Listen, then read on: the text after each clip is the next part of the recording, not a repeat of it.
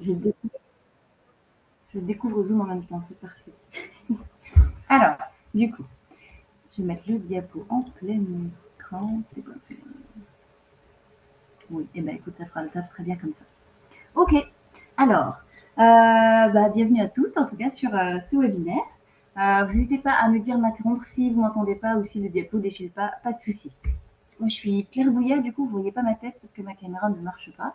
Je suis la vice-présidente de l'association des internes en gynéco-med. Il y a encore le logo juste en bas là. Voilà, c'est l'association qui représente les internes et les assistants de la spécialité. Petit webinaire ce soir pour vous présenter la spécialité et pourquoi on se sent si bien, nous, dedans. Je vais parler du coup à l'aide de plusieurs membres de l'association. Ça, c'est du coup notre logo, notre mail, notre super site web, notre page Facebook sur laquelle vous avez dû avoir quelques infos. Et du coup, on est plusieurs dans le bureau et ce soir, je vais parler avec du coup là, Marina qui est ici, qui s'occupe plutôt de la revue, parce qu'en tant qu'asso, on fait aussi une super revue, mais également à Tiffaine qui est ici, qui est également dans la team revue. Alors, rapide petit mot sur le nombre d'internes de gynécomèdes qu'on est en France. On n'est pas si nombreux que ça, mais quand même, une spécialité en pleine expansion. On était un peu moins d'une centaine de postes l'année dernière, enfin l'année d'avant. À cause de la réforme des EDN, on a perdu quelques postes, mais sachez que voilà, globalement, on est à peu près 80 internes par an en gynécomède en France. Ça ne fait qu'augmenter. En tout cas, on plaide dans ce sens. Si ça était dans le bon sens, c'était encore mieux. Voilà. Alors globalement, l'aspect est présent dans toutes les villes sauf une ville dont j'ai oublié le nom. Ben voilà. Saint-Étienne. Mais globalement, on est présent dans quasi toutes les villes, les 27 sur les 28. Essentiellement à Paris. Puis pour le reste, bien sûr, vous allez avoir le nombre officiellement publié sur l'arrêté du journal officiel du nombre de postes par spécialité qui devrait sortir bientôt en juillet. Donc on attend de voir combien en gynécomède de cette année. Et c'est ça un peu qui va déterminer quel classement il vous faudra pour avoir tel poste dans telle ville. Joie, bonheur. Ça, comme d'habitude. Et du coup, Tiffaine, si tu veux reprendre la main pour expliquer ce que fait un gynécologue médical, vas-y. Pas de souci. Tiffaine Carouin, je suis interne à Caen, moi, en quatrième semestre. L'idée, c'est un peu de vous présenter les différentes facettes de la gynécologie médicale. Je veux bien que tu passes la diapo, s'il te plaît. Ça marche. Grosso modo, notre internat, il va être articulé dans les différents domaines dans lesquels on peut intervenir avec la gynécologie médicale. Souvent, il va y avoir des stages, soit dans des services de gynécologie qui font vraiment de la gynécologie médicale, soit dans les plus petites villes, ça va être des stages des services de gynécologie obstétrique dans lesquels vous allez faire de l'obstétrique et de la gynécologie médicale. Souvent, en périphérie, vous allez avoir un peu la même fonction que les internes de gynécops selon les endroits, c'est-à-dire que vous allez aller en salle de naissance pour faire les accouchements avec les sages-femmes, pour faire les gestes avec les seniors de garde, pour aller sur les césariennes, sur les blocs en urgence type GU, etc. Vous allez pouvoir aller en consultation avec les seniors pour voir des consultations classiques de gynéco. Ça peut être du suivi, enfin des échos de suivi de grossesse, des échographies pelviennes, ça peut être de la colposcopie, ça peut être des consultations d'orthogénie d'IVG, ça peut être des consultations de contraception, des consultations de ménopause, des consultations de douleurs pelviennes, de suivi d'endométriose, de suivi de grossesse à risque. Ça peut être vraiment très, très varié. Vous allez avoir toute la partie un peu plus axée endocrinologique. Vous allez retrouver notamment dans certains centres qui auront vraiment des consultations dédiées. Dans d'autres centres, ce sera des consultations peut-être moins spécialisées, mais vous allez avoir un peu tout ce qui est syndrome des ovaires polykystiques, gestion des ménopauses compliquées, des ménopauses induites par des traitements, tout ce qui est consultation de transidentité selon les hôpitaux, ça peut être soit les endocrinologues, soit les gynécologues qui s'en chargent, soit de manière conjointe, soit moi je sais qu'à Caen, c'est surtout l'endocrinologie qui gère toute la partie transidentité, mais c'est pas le cas partout. Vous allez retrouver aussi pas mal d'endocrinologie dans les stages de PMA dans lesquels vous allez pouvoir passer. Je sais que pareil, selon les endroits, on y passe plus ou moins facilement. Je sais qu'à Caen, euh, 2 petites secondes.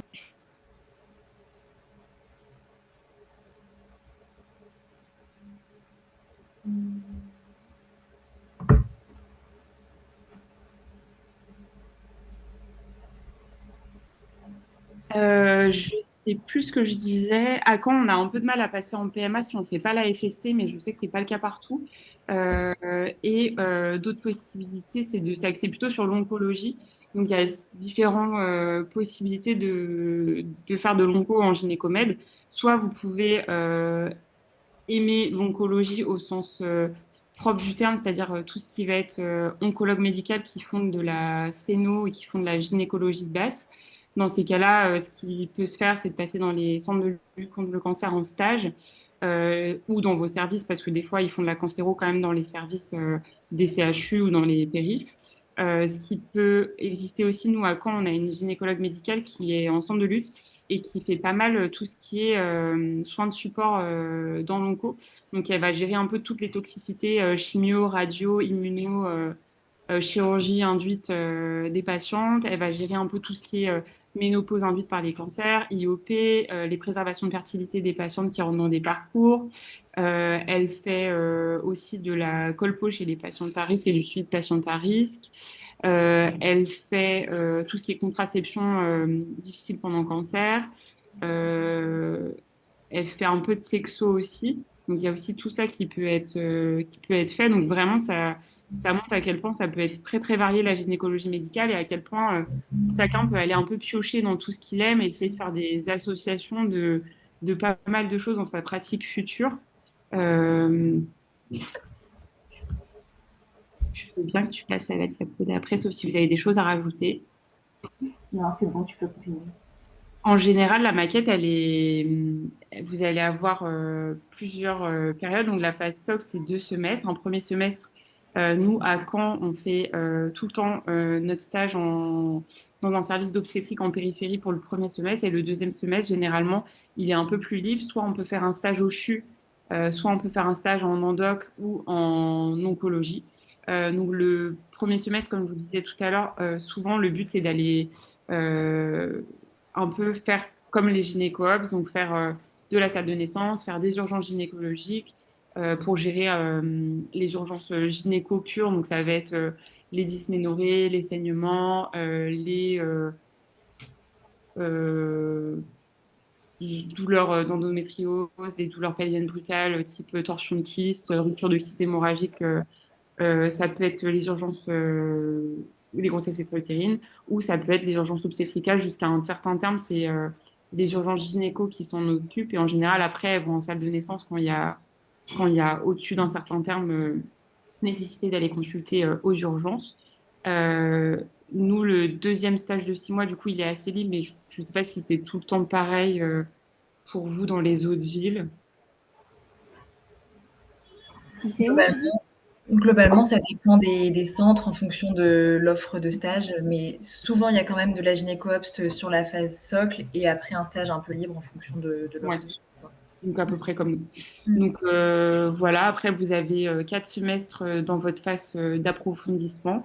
En général, il faut repasser une fois dans un stage de gynécologie obstétricale en périphérie la plupart du temps. Et le reste, vous avez vraiment la possibilité, enfin nous en tout cas à Caen c'est le cas, de vraiment axer vos stages selon ce qui vous plaît. Si vous voulez axer un max sur de l'endocrinologie, vous pouvez. Si vous voulez axer sur de l'oncologie, vous pouvez. Si vous voulez faire des stages en PMA, vous pouvez aussi. C'est vraiment assez. On a une collègue qui a fait il y a pas longtemps un stage en médecine légale parce qu'elle s'intéressait vachement à tout ce qui était mutilation, violence, etc. Donc elle a fait un stage de 6 mois dans le service de médecine légale du CHU de Caen. Euh, il y a possibilité d'aller faire des stages dans des services en soins intensifs de grossesse, dans dans les périphéries, de faire des stages couplés avec du libéral, de faire des stages en libéral complètement aussi. Donc c'est vraiment assez libre et au final vous axez généralement assez facilement sur ce qui vous fait envie et sur comment vous avez envie de vous former pendant l'internat.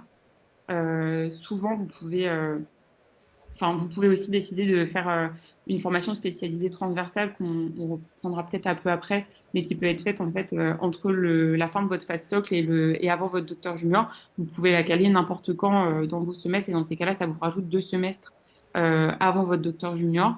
Et vous avez votre thèse à passer avant de passer en docteur junior. Et souvent sur le docteur junior, pareil, soit c'est 2 stages de 6 mois, soit c'est un stage d'1 an qui peut être couplé. Par exemple, ça peut être 6 mois en périphérie, 6 mois au CHU, ou alors 1 an en mi-temps partagé avec périphérie CHU. Nous, en général, ça se passe comme ça. Et souvent, vous allez axer votre docteur junior sur ce qui vous a intéressé pendant l'internat. Si vous avez fait un stage de PMA, souvent, vous faites votre docteur junior avec au moins une partie de PMA. Si vous avez fait la FST d'oncologie, souvent, vous allez passer dans un stage d'onco pendant votre docteur junior. Et ainsi de suite, si vous avez eu une appétence pour de l'orthogénie, bah, c'est possible de faire votre docteur junior avec une grosse partie d'orthogénie. Enfin, vraiment, tout est assez modulable et en général, ils essayent de faire correspondre avec ce vers quoi vous avez orienté votre maquette pendant votre internat. Et j'ai pas parlé, en effet, pour les interchus. Pareil, ça peut être fait à n'importe quel moment. Par contre, ça a tendance à plus être trop possible pendant le docteur junior. Ils acceptent plus très souvent les interchus à ce moment-là. Et c'est vrai qu'il y a certains interchus pour lesquels il faut vraiment anticiper beaucoup, beaucoup à l'avance, de quelques mois à années selon les stages que vous allez cibler. Donc, si jamais vous choisissez un internat de gynécologie médicale et que vous avez pour projet de faire un interchu dans un endroit bien particulier, ça peut valoir le coup de demander dès le départ votre interchu pour, entre guillemets, réserver votre place, quitte à après annuler si finalement vous avez décidé de le faire autre part ou que ça ne colle pas dans votre maquette et que du coup vous ne pouvez pas le faire à ce moment-là, que de se faire un peu prendre par le temps et penser que vous allez pouvoir le faire facilement n'importe où, n'importe quand dans votre internat et au final pas pouvoir le faire et être un peu frustré. Donc voilà ce que je peux vous dire là-dessus. Euh, voilà. Je vais bien passer à la diapo d'après. Mais non, attends. Ah, non, ici. Au niveau des cours, il y a des cours nationaux qui sont organisés plusieurs fois par an. En général, c'est des sessions de 2 à 3 jours, de 8 heures à 18 heures en distanciel sur Zoom. Il y a eu une fois des cours en présentiel cette année sur la phase d'appro à Paris, mais ça s'est pas généralisé pour toutes les sessions. Euh, en En stage, il y a des biblios qui sont organisés selon les services ou des cours le matin dans le service selon où vous êtes ou avec dans les périphéries, dans les périphéries, pardon, pareil, vous avez des chefs qui des fois vous font des cours. Les cours de FST, c'est généralement pareil, c'est plusieurs jours, enfin c'est quelques jours, 2 à 3 fois par an de cours vraiment que axés sur la FST avec des écrits à la fin de l'année, souvent au mois de juin. Et il y a beaucoup, beaucoup de congrès de gynéco, comme vous allez pouvoir le voir, sur plein, plein de thématiques différentes. Ça peut être autant de la colposcopie que de la gynécologie médicale, que de la ménopause, que d'endoc-gynéco, que de l'oncologie. Vraiment, il y en a vraiment pour tous les goûts et un peu tout le temps dans l'année. Au niveau des cours, c'est assez varié. Cette année, par exemple, en appro, on a eu des cours sur les IST, on a eu des cours sur les pathologies mammaires, vraiment axés onco-thérapeutiques, avec des intervenants très variés. On a eu des cours sur adénomiose, endométriose. On a eu des cours sur les prolapsus. On a eu des cours sur... On avait les pathologies vulvaires Ouais, aussi, la sexo, donc c'était ouais. assez varié. Mm. Et franchement, ils essayent de nous demander pas mal. Enfin, à chaque fin de session de cours, ce qu'on a aimé, ce qu'on aimerait qu'il soit modifié, ce qu'on aimerait voir dans les sessions d'après. Et globalement, je trouve ça vraiment hyper diversifié. Et souvent, c'est des intervenants qui sont vraiment hyper intéressants. Et ouais, c'est vraiment varié, donc c'est vraiment pas mal. Les examens, nous, à Caen, on n'en a pas des examens de fin de session. En général, ils nous demandent par contre d'avoir validé les, euh, les cours sur UNES avant la fin du diplôme, donc de le faire un peu régulièrement sur le cursus, mais on n'a pas d'examen de fin d'année à chaque fois. On a juste des entretiens avec notre coordinateur de spé pour faire un peu le point avec nous. Je sais, je sais que dans d'autres villes, ils ont des partiels, mais je sais pas si c'est. Je C'est crois pas qu'à un généralisé. moment donné, À Paris, ils ont souvent des examens comme ça, et voire même des entretiens avec des oraux. À Nancy, nous, c'est essentiellement des entretiens, et puis c'est tout, en fait. Je crois qu'à Lille aussi, il y a des examens. je sais pas si ça a vocation à se généraliser de faire des examens nationaux. C'est pas prévu, mais après, on sait jamais. Ça pourrait arriver. Alors juste si jamais d'autres personnes se demandent, UNES, c'est la plateforme sur laquelle on a nos cours. C'est le nouveau SIDES, quoi. Voilà, pour le troisième cycle. Pour le mémoire, je suppose qu'on parle de pour la validation du DES. Nous, il n'y a pas de mémoire à valider à Caen. C'est variable selon les villes. Actuellement, ils ont fait le choix de plutôt. Euh, Maintenant, ils veulent que notre thèse soit présentée sous un format article et que on ait euh, présenté notre article pour paraître dans une revue pour valider la thèse et le DES, il faut avoir présenté notre thèse, fait la thèse au format article et l'avoir soumise à publication dans une revue, sans qu'il y ait d'obligation, bien sûr, d'avoir été publié, parce que sinon, ce serait pas très, on validerait pas très souvent, parce que ça veut pas dire que la thèse, que l'article est mauvais s'il n'est pas publié, mais en général, maintenant, c'est passé comme ça à Caen.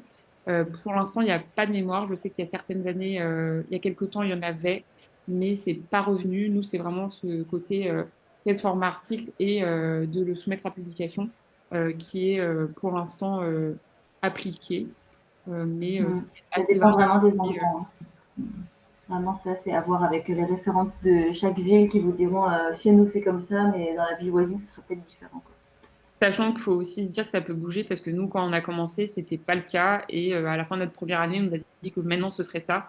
Donc, il n'y a Mm. rien qui est trop figé. Donc, de toute façon, je pense qu'il faut se laisser un peu porter et voir ce qui sera à faire pour votre année à vous au moment où vous finirez votre DES. Ok.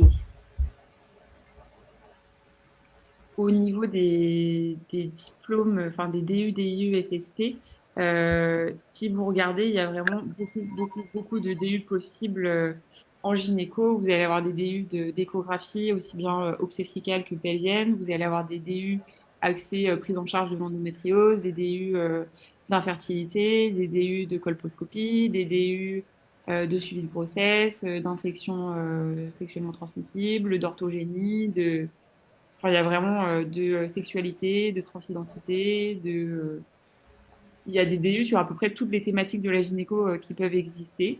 Donc, ça vous laisse vraiment beaucoup de choix. Il n'y en a aucun qui est obligatoire. Dans certaines villes, il y en a qui sont quand même fortement recommandés.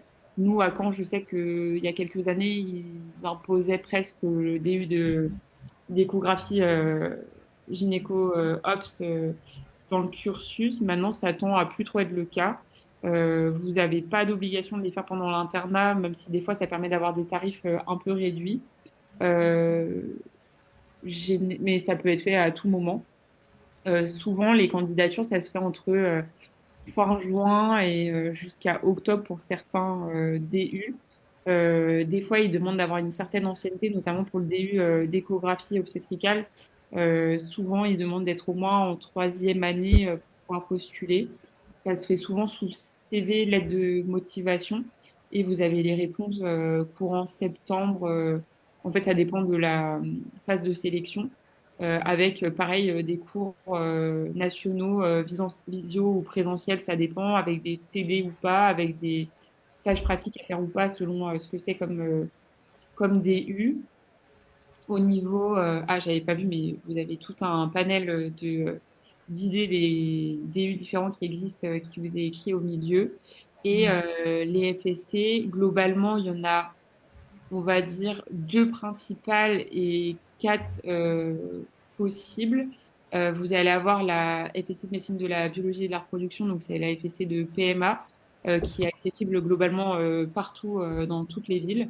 Vous allez avoir la FST d'oncologie, pareil, qui normalement est accessible dans toutes les villes aussi à ma connaissance.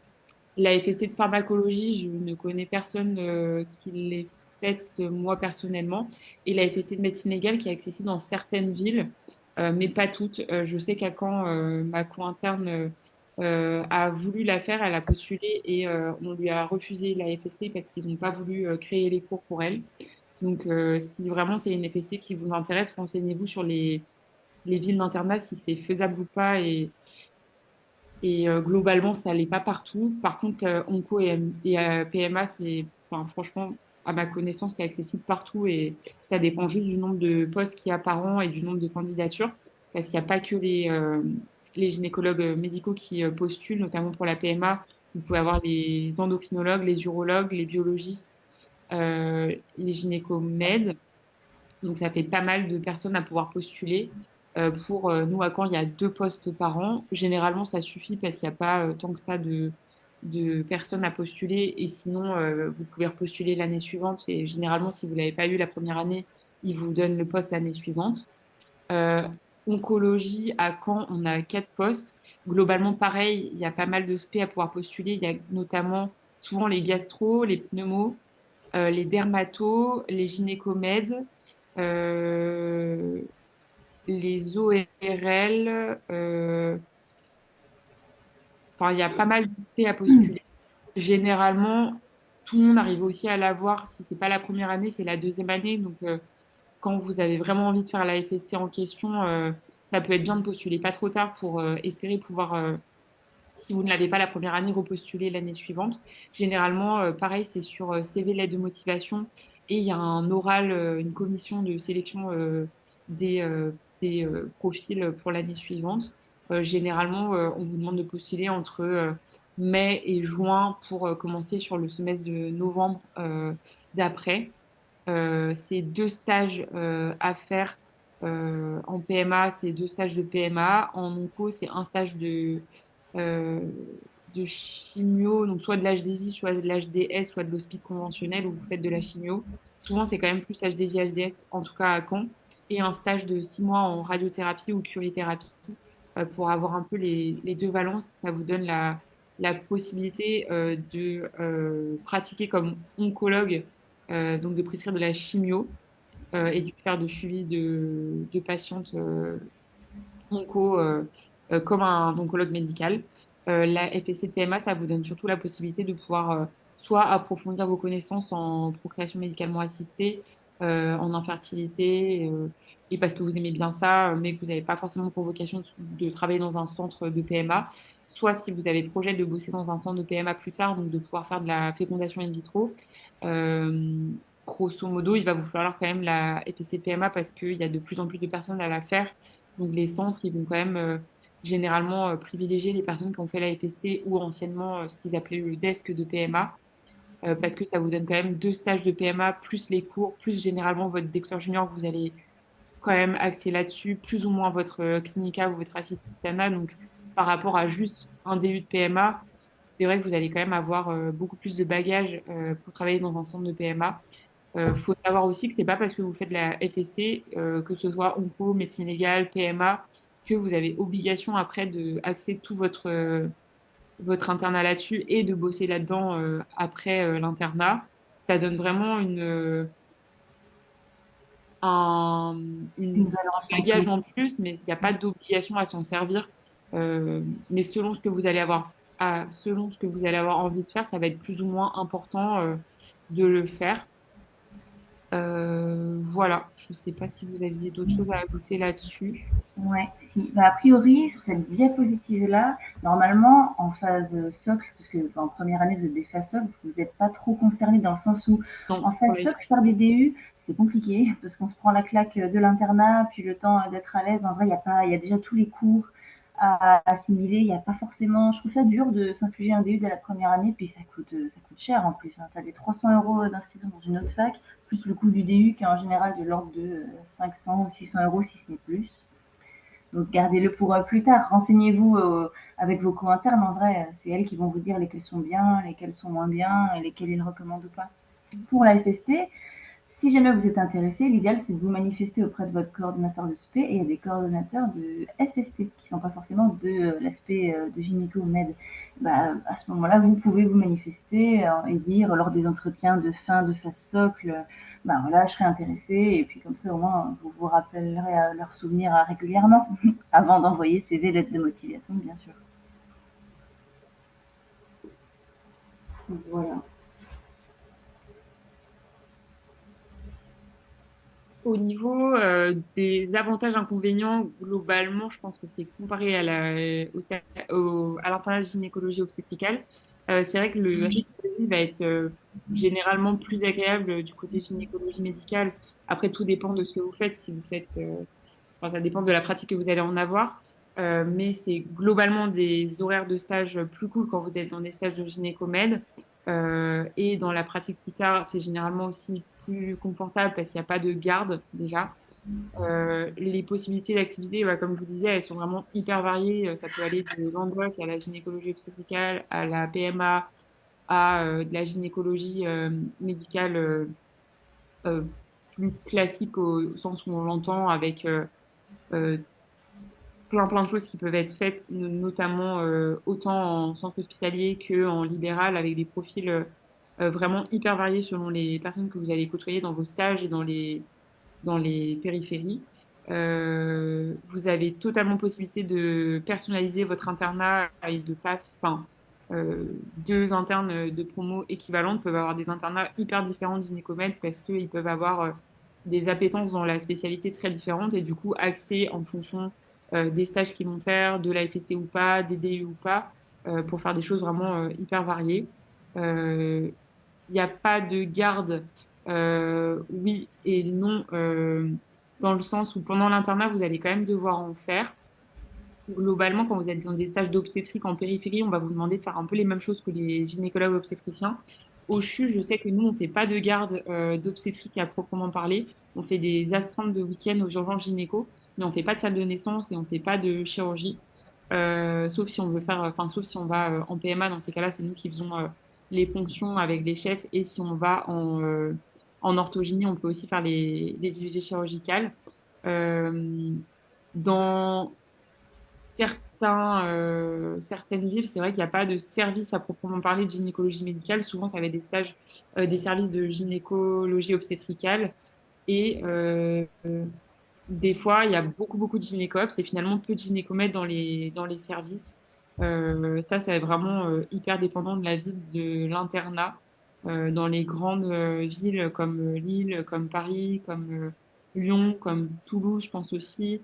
C'est vrai qu'il y a des services un peu plus spécialisés de gynécomède. À Caen, c'est pas forcément le cas. Après, il y a toujours possibilité de faire des interchus justement pour aller chercher ce que vous n'avez pas forcément dans votre ville. Et c'est pour ça que c'est important de se renseigner et de ne pas hésiter à postuler pour aller voir un petit peu ailleurs si ce que vous avez envie, ça se fait pas forcément là où vous êtes. C'est pour ça que les formations sont pas toujours équivalentes selon les villes aussi, parce que vous n'allez pas avoir accès aux mêmes stages et aux mêmes référents. Par exemple, à Lille, à Paris, vous avez des PU des professeurs universitaires de gynécomède que vous n'allez pas avoir à Caen. Et du coup, vous allez avoir peut-être des profils un peu plus variés de gynécologues médicaux dans les grandes villes par rapport à d'autres subdivisions. Euh, mais grosso modo, je pense que l'avantage, c'est vraiment, enfin, pour moi, c'est vraiment les possibilités d'exercice de la gynécomètre qui sont hyper variées entre faire du libéral, faire du mix, travailler en CLCC, travailler dans un CH ou dans un CHU, ce qui est de plus en plus possible parce qu'il y a quand même pas mal de postes qui sont créés. Le rythme de vie qui est quand même plus agréable qu'en gynécologie obstétricale, le fait de ne plus avoir de garde en post-internat si vous faites de la gynécomède et que vous ne faites pas de l'oncologie, par exemple, où des fois vous pouvez avoir des gardes quand vous êtes oncologue dans un CLCC ou dans un CH de périphérie. Et l'inconvénient, c'est quand même peut-être le manque de services de gynécomède dans certaines subdivisions et le fait que ce soit quand même assez inégal d'un endroit à l'autre. Je crois qu'il y a une question.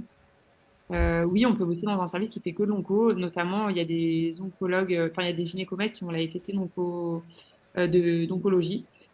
qui peuvent travailler dans des CLCC et dans ces cas-là, axer complètement leur, euh, leur Pratique. sur que de l'onco. À Caen, on a le SCC à côté de Caen, c'est le centre François Baclès, et on a une gynécologue médicale qui avait été formée à Paris et qui a fait le desk d'oncologie, c'était l'équivalent de la FST avant, et qui maintenant travaille comme un oncologue médical. Elle fait plus du tout de gynécologie à proprement parler, elle fait que de l'oncogynéco. Donc en fait, elle fait de la scéno et de la gynécologie. Elle fait un peu de recherche clinique aussi. Et voilà. Ok. Pour la maquette, est-ce que ça a un intérêt? Est-ce que c'est facilement accepté par les cordeaux d'essayer de passer dans toutes les disciplines pendant l'internat sans se spécialiser dans un domaine particulier pour être... Ouais, complètement. Comme je disais, vraiment, il y a très peu de stages imposés. Nous, à Caen, il y avait surtout le premier semestre où on nous disait d'aller en gynéco, OPS en périphérie. Souvent, on nous demande de passer en stage jeune au CHU où on fait des suites de couches, des urgences obstétricales et de la consultation. Euh, et après, en fait, on axe un peu comme on veut. On fait de l'onco si on veut, de la PMA si on veut, de l'endoc en périphérie ou en CHU si on veut, des interchus si on veut. Enfin, si tu as envie de faire un stage en libéral, de gynéco en libéral, où tu fais vraiment de la gynécomètre libérale avec de l'écho, de la colpo, de la contraception, du suivi de grossesse, tu peux complètement. Si tu veux faire des stages euh, en d'orthogénie, tu peux. Si tu veux aller en médecine légale pour voir un peu des violences, etc., tu peux. Si tu veux aller dans un stage, enfin vraiment, il y a la possibilité de faire à Caen, en tout cas, vraiment comme on veut.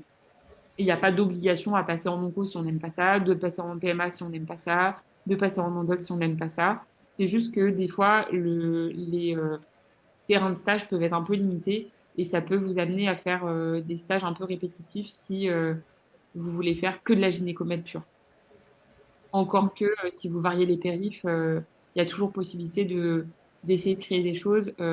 Moi, je sais que là, pour le prochain, pas ce semestre-là, mais le semestre d'après, je suis en train de voir pour ouvrir un stage dans une des périphéries à Caen pour faire mi-libéral avec une chef qui fait pas mal de PMA en libéral avec les gestes à la clinique et de passer dans la périphérie qui est une matière de niveau 3 pour faire de la gynéco aussi dans le CH à côté. Et comme ça me permettrait de faire un peu des deux. Enfin, vraiment, il y a moyen de créer les stages que vous avez envie selon les coordinateurs que vous allez avoir. Ça va être plus ou moins facile. Et ça peut être vraiment intéressant d'en parler avec vos co-internes plus vieilles parce que des fois, il y a des choses qui sont déjà ouvertes que vous ne savez pas ou qui peuvent être ouvertes qui avaient été temporairement fermées parce que personne ne les avait pris. Mais il y a vraiment possibilité de faire un peu à sa sauce selon ce que vous avez envie de faire. Ouais, ça va dépendre aussi de votre classement au sein de votre Ouais. promotion. Quand vous appelez les référentes pour savoir comment c'est la ville, demandez-leur aussi est-ce qu'il y a beaucoup de stages dispo? Est-ce que ça dépend beaucoup du classement? Est-ce que quand on se retrouve classé 8e sur 8, par exemple, est-ce que c'est vraiment compliqué ou est-ce que ça finit par tourner à un moment? Enfin voilà, en fonction de votre classement à vous, il va falloir que vous soyez stratégique sur dans quelle ville j'aurai accès au meilleur stage aussi. Il faut penser à vous, quoi. Et je rebondis sur ce que tu disais, Claire, sur le classement. Il y a certaines villes aussi où les choix entre gynécomètres et gynécoaptes sont un peu couplés et du coup, les gynécomètres peuvent passer après les gynécoaptes. Enfin, c'est en général dans les villes où il y a moins d'internes, mais c'est à prendre en compte aussi. Euh, Nous, à Caen, c'est pas trop le cas. On a 2 postes par an et on n'est pas couplé avec les gynécops. Et dans la promo, du coup, vu que c'est des petites promos, ça change pas grand-chose parce que sur l'internat, on arrive toujours à s'alterner pour faire les stages qu'on a envie. Du coup, qu'on soit enfin, première ou dernière, deuxième, du coup, ça change pas grand-chose. Mais ouais, c'est vrai qu'il faut y penser aussi. Les stages obstétriques sont-ils difficiles en termes d'horaire de travail? Oui et non, dans le sens où, enfin, je sais pas vous, dans vos stages à vous, mais moi, enfin, souvent, c'est des stages où, du coup, il y a, grosso modo, souvent, c'est 8h30, 18h30. Donc, on arrive le matin pour la relève de la garde et pour le staff le matin. Selon ce qu'on fait dans le stage, c'est plus ou moins prenant si on a besoin d'aller au poste, enfin, au bloc, ou si on est en salle de naissance, ou si on est en suite de couche, ou si on est en consultation. ou aux urgences gynéco. Et grosso modo, on finit à 18h30, 19h et ça déborde assez rarement parce qu'il y a la relève de la garde le soir. Donc finalement, on finit même presque. Enfin, moi, je finis plutôt souvent dans les stages d'obstétrique finalement que dans les stages de médecine type endoc ou onco où je suis passée. Je finis plus tard parce que c'est des stages d'hospice où il n'y a pas de relève de garde et où du coup, on finit un peu ce qu'on a à faire et si on n'a pas fini, on finit assez tard alors qu'en gynéco, c'était pas trop le cas, moi, dans ce que j'ai pu connaître en tout cas. Oui, c'est un peu l'avantage d'avoir quelqu'un qui vient prendre la garde le soir. On sait que il y a des trucs qu'on laisse à la garde et puis c'est tout, quoi. Toute journée a une fin, en plus. Bon, exception faite éventuellement du premier semestre où, quel que soit le stage, éventuellement, vous allez peut-être finir un peu tard parce que le temps de se faire au logiciel, de se souvenir comment prescrire, les premières semaines sont vraiment, on finit exceptionnellement tard. Mais ensuite, ça se lisse très bien. Mm. En quoi consiste l'exercice en CH-CHU pour éventuellement faire du mix? Ça dépend. En CHU, nous, on a des chefs qui font soit, il y en a beaucoup qui font quand même de la PMA, donc ont un peu un partagé entre le service de PMA où elles font, on va dire, 3 jours de PMA dans leur semaine et 2 jours où elles font un peu autre chose. Il y en a qui font de l'écho, soit de l'écho de suivi de grossesse T1, T2, T3, soit elles font beaucoup d'écho pelvienne, soit elles font de la colpo, soit elles font du suivi gynéco plus classique, soit elles font un peu d'endoc gynéco. Grosso modo, c'est à peu près ça. En périphérie, on a des chefs qui font, elles font aussi de l'orthogénie au CHU. Soit en périphérie, on a des chefs qui ont des postes en CH de périphérie, ce qui se développe de plus en plus un peu partout, j'ai l'impression. Et souvent, elles ont des profils du coup plus variés. C'est vrai que souvent, elles peuvent faire un peu de PMA, mais un peu moins poussé. Elles vont pas aller vu qu'il n'y a pas de centre de sécos, elles font pas de FIV, mais elles vont faire tous les bilans d'infertilité initiale, les stimulations simples, les inséminations. Donc ça laisse quand même pas mal de choses possibles.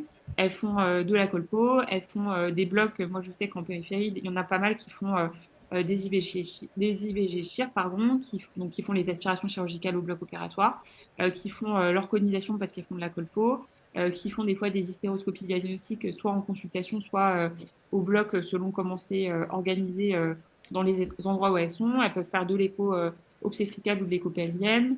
Elles font de la patho-vulvaire. Elles font donc ça va être tout ce qui peut être suivi de lichen, de pathologies dermato autres. Elles peuvent faire du laser, de vulve ou de col. Elles peuvent faire de l'orthogénie, j'ai déjà dit. Enfin, vraiment, elles font pas mal de choses et elles ont du coup, des plannings de consultation sur la semaine qui sont hyper variés parce qu'elles peuvent autant faire dans la même journée de la PLMA, de la colpo, du bloc, du suivi gynéco classique, de l'échographie.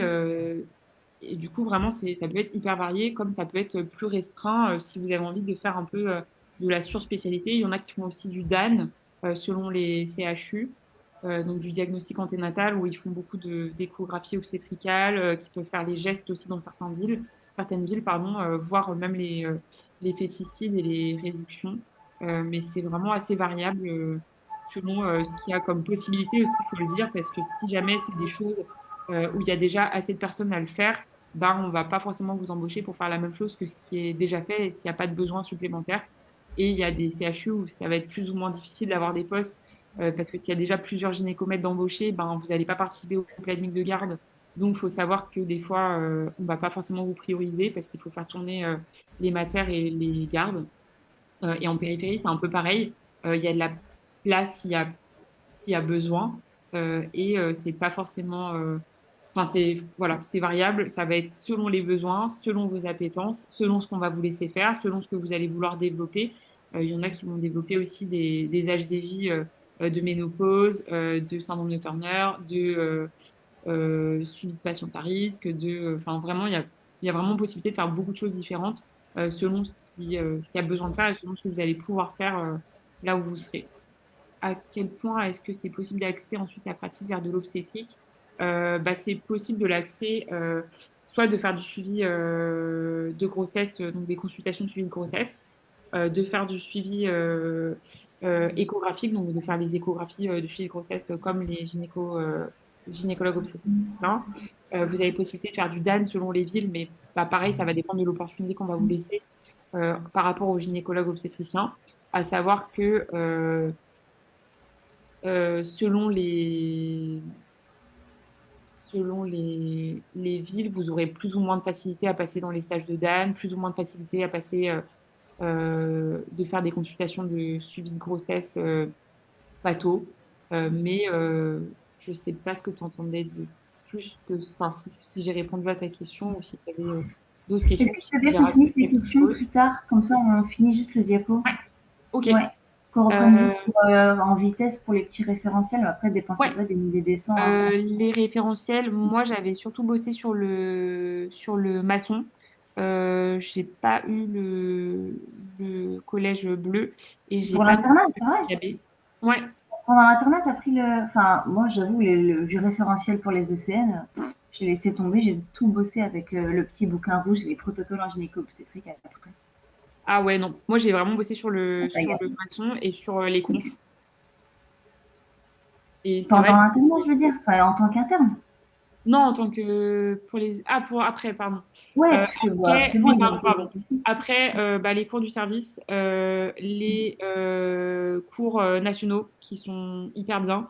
Et Ouais. en effet, le petit protocole de gynécops qui est hyper utile, notamment pour le premier semestre en gynécops, parce qu'il y a plein de protocoles qui sont vraiment pas mal résumés là-dedans. Et nous, localement, on a la GED, en fait. Donc, moi, j'utilise surtout la GED. En fait, c'est des protocoles locaux faits au CHU et sur un peu toutes les pathologies. Et nous, ils se basent vraiment là-dessus pour toutes les prises en charge. Et il y en a un peu sur tout. Il y en a sur l'AGU, sur la contraception, enfin, en fait, sur toutes les pathologies, on se base sur la GED.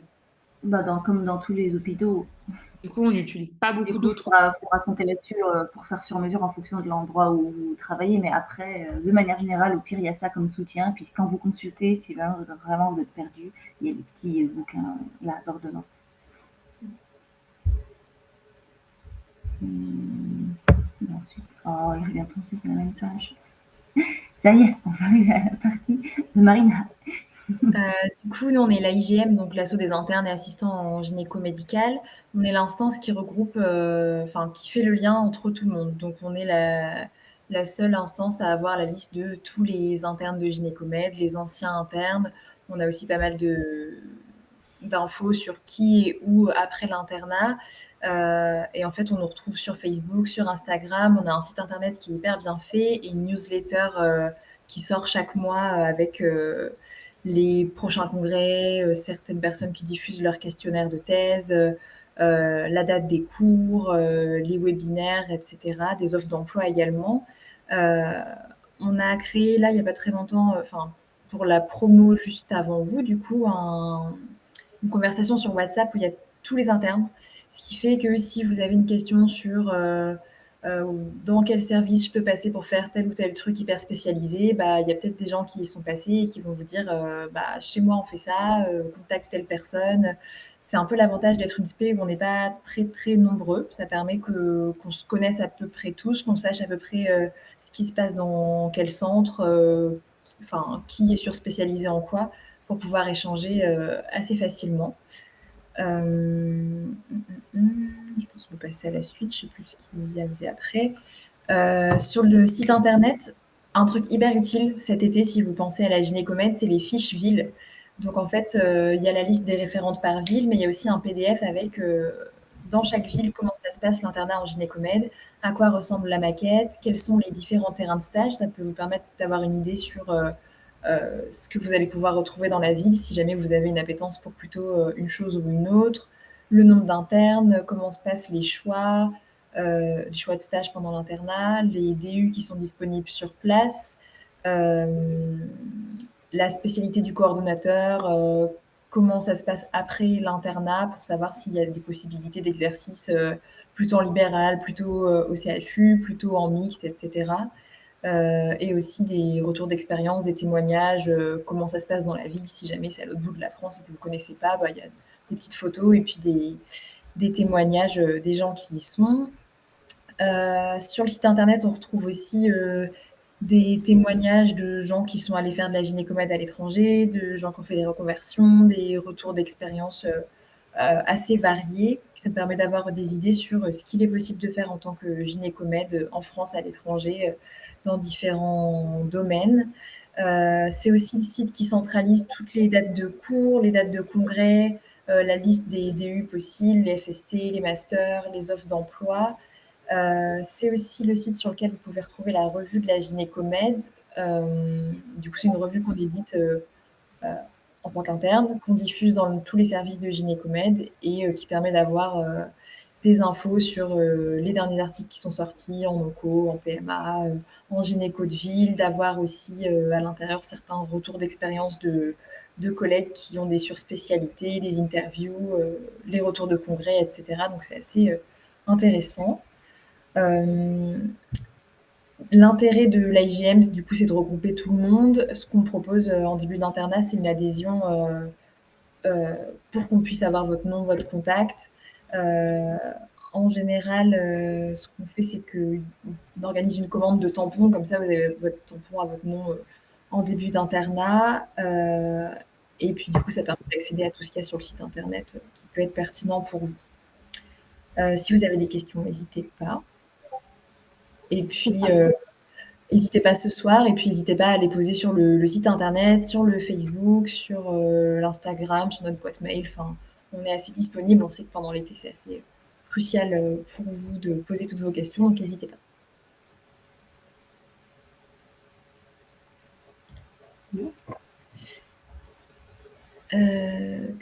Dans le chat, tu disais quelque chose, Claire? J'étais en train de regarder les questions avec toi. On en était resté à Hortense, je crois, et en dessous, on n'a pas fait. Alors, est-ce qu'il est possible de faire des stages dans les centres de santé sexuelle? Oui, plutôt oui. Il faut qu'il y en ait un dans l'hôpital dans lequel vous travaillez, mais oui, ça fait partie des compétences qu'on peut avoir dans notre spécialité, donc complètement. Est-ce qu'on peut faire une FST après l'internat? Ça, non. C'est Ça vraiment quelque chose. existe, en vrai, c'est possible, mais c'est vraiment sur dérogation, c'est assez exceptionnel, donc on va rester sur un plutôt non théorique. Ouais. C'est vraiment à caler avant le docteur junior pendant votre internat. En général, c'est comme ça que ça se passe. Est-ce qu'il y a une part d'urgence en gynécomède?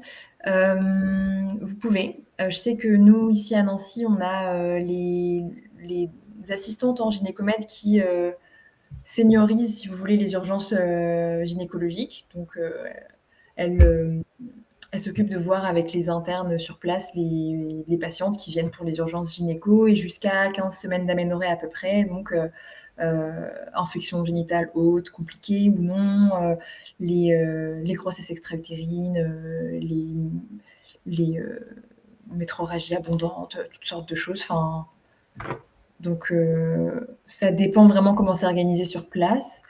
Et ça dépend de quel exercice vous décidez de faire. Si vous faites que du cabinet, bah, il y aura moins d'urgence, quoi. Je sais pas si c'est dans ce sens-là que tu posais ta question. Concernant la non-reconnaissance du diplôme à l'étranger, pour travailler en dehors de France, faire de l'humanitaire, j'avoue que je sais pas trop. Il y a plusieurs internes qui... Plutôt non. Pardon. Pardon, je ne voulais pas te couper. Non, vas-y, pas de souci.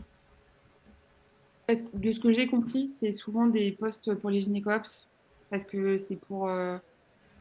enfin, ils vont demander de faire de la chirurgie, etc. Humanitaire, hein. Après, je crois qu'il y en a qui font des stages quand même dans des labos, ceux qui font des Master 2, qui peuvent le faire éventuellement à l'étranger. Je crois qu'il y a des témoignages, notamment sur le site de l'AIGM. C'est ça. Alors globalement, pour les missions humanitaires, c'est vrai qu'ils aiment bien solliciter des spécialités chirurgicales. D'ailleurs, les spécialités qu'ils sollicitent, c'est les urgentistes et les obstétriciens, parce que c'est souvent quelqu'un de pluripotent qu'il va falloir sur place. Maintenant, tu peux tout à fait trouver des missions humanitaires pour beaucoup de planning familial, de contraception. Tu vas en trouver si tu cherches. Pas de souci. Ça existe. Éventuellement, ils te demandent d'être thésé ou d'être déjà médecin, quoi. Pas forcément d'être interne. Pour ce qui est d'exercer à l'étranger, c'est possible. On a plusieurs témoignages au Royaume-Uni, je crois que j'ai des internes qui ont essayé en Allemagne ou en Suisse. C'est avec le conseil de l'ordre de l'État en question qu'il faut voir et négocier. Et la plupart du temps, tu n'as pas à t'en faire. Si jamais tu trouves une clinique française, tu pourras exercer là-bas. Voilà.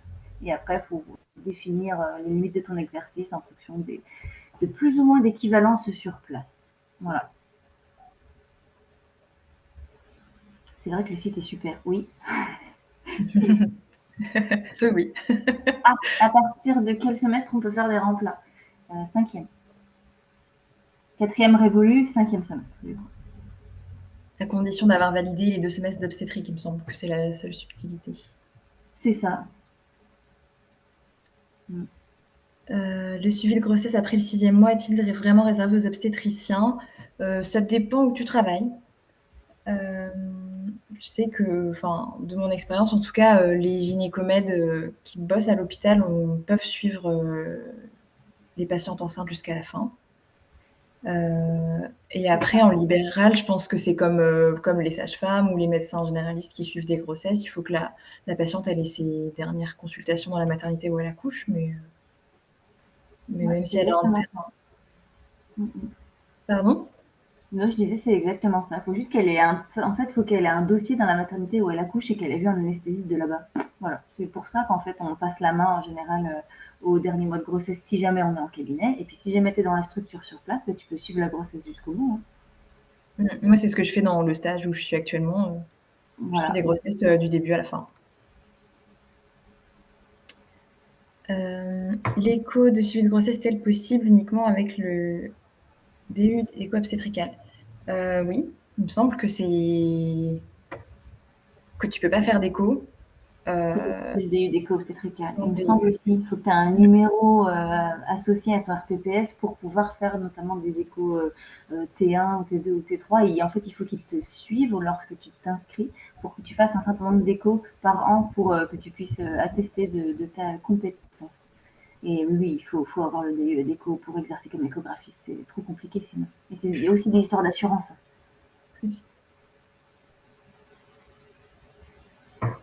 Est-ce qu'on peut faire un peu de suivi en co en libéral sans la FST? Bah ouais, sans la FST, tu vas de toute manière faire du suivi de femmes qui ont eu des cancers du sang, qui sont actuellement traitées pour des cancers du sein, pas de souci. Ouais. Donc c'est peut-être pas toi qui va prescrire, enfin ce sera pas toi qui prescrira la chimio, la radiothérapie, etc. Mais tu peux quand même les voir pour tout le reste. L'hormonothérapie, etc. bien sûr. Alors après, tu décides pas toi-même de stopper l'hormonothérapie, mais tu peux tout à fait solliciter la RCP ou le centre, le CLCC dans lequel la dame est suivie pour savoir quand est-ce qu'on l'arrête, en fonction de ce que la littérature dit, etc. Mais en général, tu fais partie t'es dans la lettre de liaison en fait, donc tu auras ces informations-là si tu te poses la question en tout cas. Est-ce qu'il y avait d'autres questions? Je crois que j'en vois pas d'autres.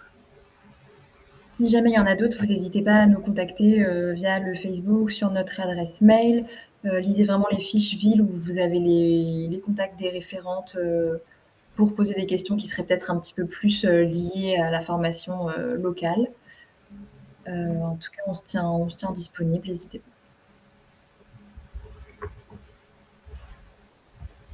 Bon bah chouette, ça a plu alors.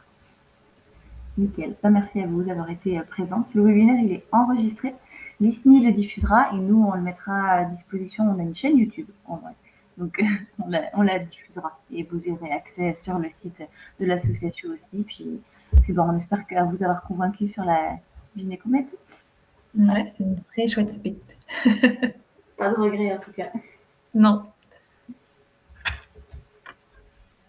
Ok. Parfait. Je coupe l'enregistrement.